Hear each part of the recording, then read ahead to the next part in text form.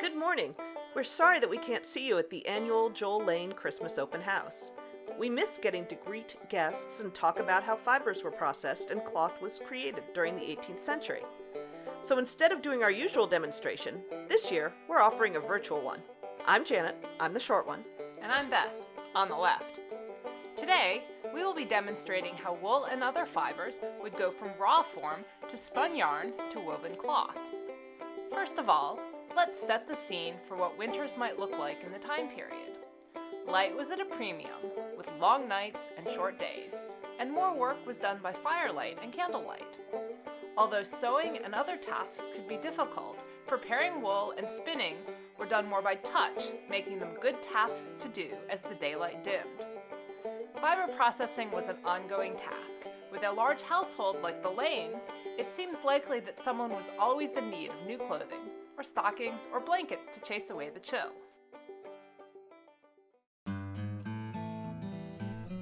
First of all, raw fibers must be prepared for spinning. There are a couple of ways to achieve this. Today, I'll be showing carding.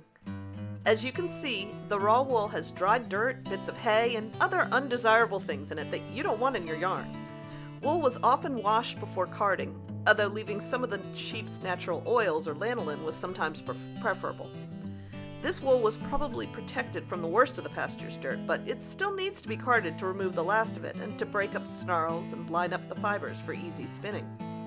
The wool is loaded onto the cards, and then the cards are passed back and forth across each other, scraping lightly, until they can be brushed easily without catching on the wool. Then the wool is removed from the cards as a roll log. Okay, this one looks a bit rough, but you get the idea.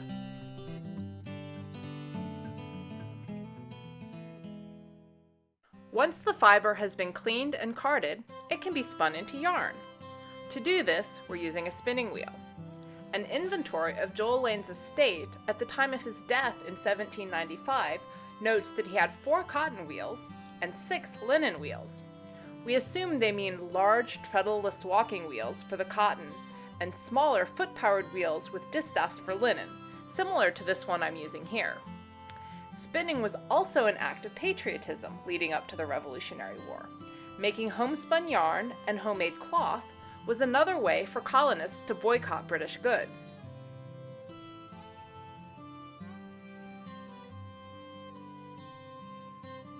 This is how our spinning wheel works. To power the wheel, I rock my foot back and forth on the foot treadle, which is attached to a stick. The stick, also called a footman, turns the large wheel. The wheel is connected by a belt to the flyer, with small metal hooks around the edge. The flyer turns very quickly, which twists the fibers as I feed them into it. This is what turns them into yarn. As I release tension, the newly made yarn is drawn up onto a spool of the flyer. Once the spool is full, the yarn is wound off, washed, and then can be rolled into a ball using a wool winder, like this one. Now the yarn is ready to be knitted or woven into cloth.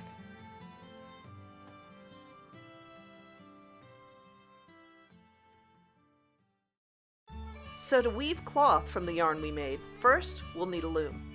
Although floor looms with pedals for controlling the weaving pattern were more common, we'll be using a table loom today. Instead of using our feet to change which threads are up or down, we'll use hand levers. A loom consists of a frame containing a number of harnesses. These are the racks with metal bars that the thread is strung through. This loom has 4 harnesses. The more harnesses, the more complex of a pattern you can weave. In front of the harnesses are a reed, the metal slats that the threads go through, mounted into a beater bar. In a second, we'll show you what that's for.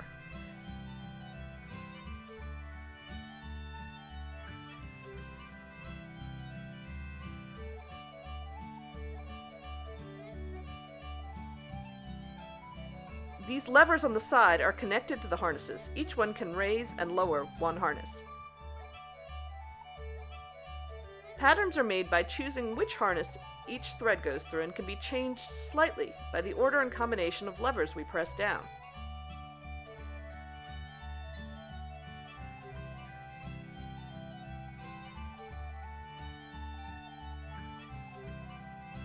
As you can imagine, the hardest part of weaving, and the one that takes the most time, is setting up and stringing the loom. We've set up a 2-color zigzag pattern on this loom. We also have a shuttle to carry the weaving yarn. We're using a stick shuttle, but in a larger loom, a boat shuttle, like this one was used.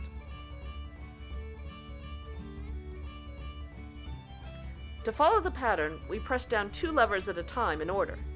Then we take the shuttle and push it through the opening in the threads created by moving the levers, pull it snug, and then use the beater bar to tap it into place against the cloth we've already woven. Then it's time to press the next set of levers, push the shuttle back through, and weave the next row. We repeat this, each pass of the shuttle creating another line of cloth and continuing the pattern.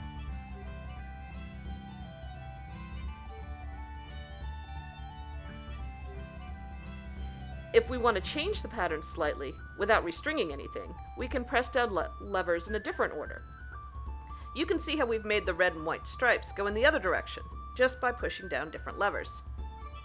The inventory of Joel Lane's possessions done for his estate also lists a loom and warping bars used to measure out threads to string a loom, as well as 4 pairs of harnesses and 11 sleighs. A sleigh is another name for the reed that we talked about earlier, and they come in different sizes to make different types of cloth.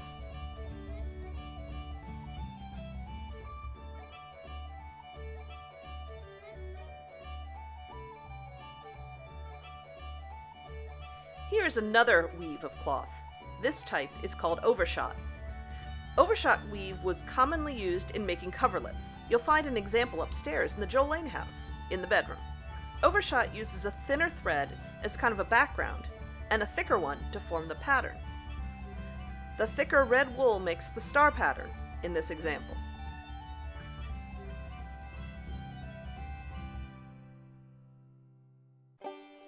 We hope you've enjoyed our virtual fiber demonstration and hope to see you on site in the future. So on behalf of the Joel Lane House, thanks for watching. And from us, Janet and Beth, and all the house staff and volunteers, we wish you happy holidays.